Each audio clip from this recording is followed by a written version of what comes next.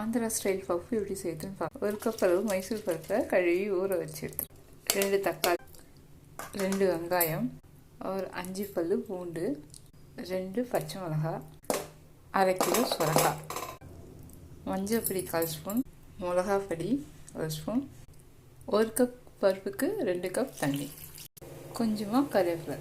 மூடி போட்டு ஒரு 5 விசில் வச்சுக்கலாம். இப்போ குக்கர் ப்ரெஷர் பண்ண திறந்துடலாம். நல்லா வெந்திருக்கு. நல்லா மசிச்சு விட்டுக்கலாம். இப்போ ஒரு கடாயை ஹீட் பண்ணி அதில் கொஞ்சமாக எண்ணெய் சேர்த்துக்கலாம். எண்ணெய் காஞ்சதும் கொஞ்சமாக கடுகு, காஞ்ச மிளகாய், இடித்த பூண்டு, பெருங்காயம், கருவேப்பிலை இப்போ தாளிச்சதை சேர்த்துக்கலாம். இப்போது பொடியாக இருக்குங்க கொத்தமல்லி. நம்ம ஆந்திரா ஸ்டைல் பப்பு ரெடி ஆகிடுச்சு. நீங்களும் ட்ரை பண்ணி பாருங்கள்.